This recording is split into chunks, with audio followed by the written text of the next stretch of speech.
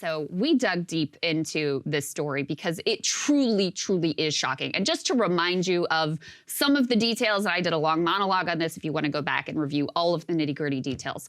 Bottom line, Brett Farve was involved in a scheme to steal millions of dollars from Mississippi's welfare fund. This is money that is supposed to go to poor people in a state where you have a lot of poor people, number one, and number two, where they are so stingy with distributing this money, it's almost like there is no welfare system in the state of Mississippi.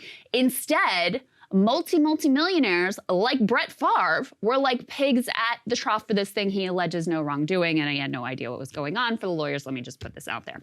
Well, the Mississippi Auditor is speaking out in a new interview on HBO, talking about how this was the largest public fraud case in the history of the state. And it wasn't just Favre, there were other players involved who ultimately robbed this welfare fund of like $100 million.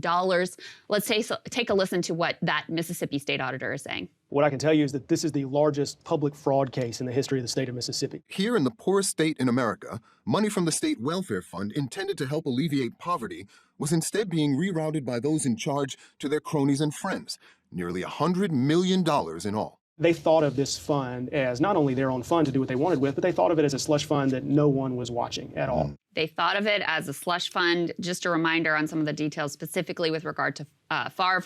He took $5 million for a project to build a volleyball stadium at the university his daughter was attending, where he had also attended. That was like the big part of his involvement. But there was also, and this is something he says there's a weird transaction involving $1.1 million going directly to Favre, where he was supposed to speak at 3 total speaking engagements, but he didn't show up to those events. So, I mean, already disgusting that you, who are a very wealthy man, are taking this money to do these speaking gigs that are supposed to be about like motivation or whatever. That's the way that they justified taking this out of the welfare funds, which is disgraceful to start with.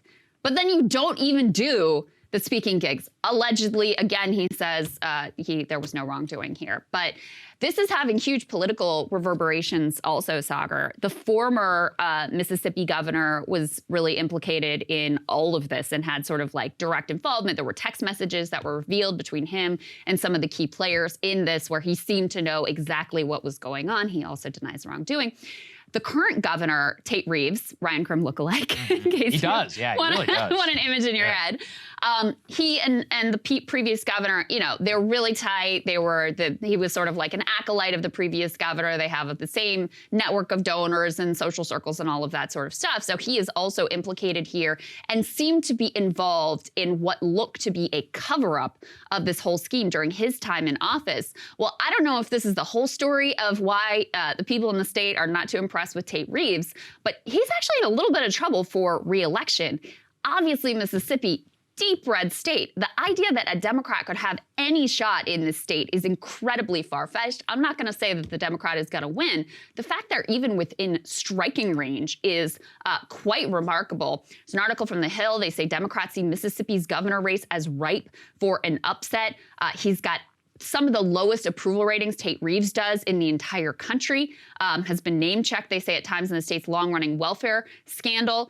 And if you look at the polling, you know, the Democratic candidate is only a few points behind right now. So there's a real chance that if this thing continues to unravel the way that it has been, you know, that people are just done with this dude. Again, wouldn't bet on it, but I think the fact that this is even a question mark right now shows you how devastating the scandal has been for him and the entire Mississippi political class in that state. Red, blue, independent, everybody thinks it's pretty gross to use public funds that are allocated for single moms and poor people so that a 100-millionaire can embezzle money and build a new volleyball stadium for his daughter. I mean, I think we can all just kind of come around that and say, yeah, this is pretty crazy. And look, with Brett, they have these people dead to rights. You got text messages. What do they say? Nobody's going to find out about this, right? Right, yeah, that's right. It will never be. Yeah, he's like, the press is never going to know about this, right? And they're like, yeah, you're he's good. He's like, yes. First of all, what are you doing? Planning the. Ever heard of Signal? I don't really understand. Boomers. You know, yeah, that's true. That's real. Thinking that iCloud or whatever is safe. the Mississippi Auditor here, also, it's not like these are liberals. It's not like these are Democrats. They're like, this is a horrific, massive public fraud case talking about millions of dollars where you're literally using welfare funds as a slush fund to build and spend on infrastructure projects that personally benefit you. This is corruption that you used to see in the United States in like the 1800s. Yeah. And that's really what it, but in a way it's analogous. You have a governor, he thinks he's untouchable. Brett Farve, he's like a king, right? I mean, look, undeniable. He's like one of the most famous people in the United States from Mississippi. He's one of the most famous people to ever come out of the state ever. Right. So he's probably like a god in Mississippi. And that's how they treat him. And apparently he thinks he's above the law. Yeah. Just totally ridiculous. Absolutely. And I mean, I do think the fact that you have effectively, a one-party state in Mississippi at this point where they don't feel like there would ever be any sort of political accountability. Just to give you the numbers on Tate Reeves and what's going on here. Morning Consult poll released this month found him among the 10 governors with the lowest approval rating in the country.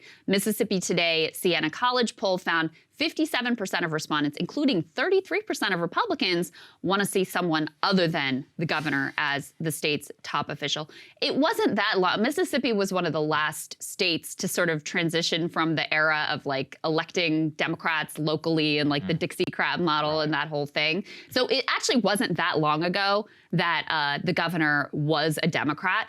But, in recent years, these are blowout elections. They're winning by 20, 30 points.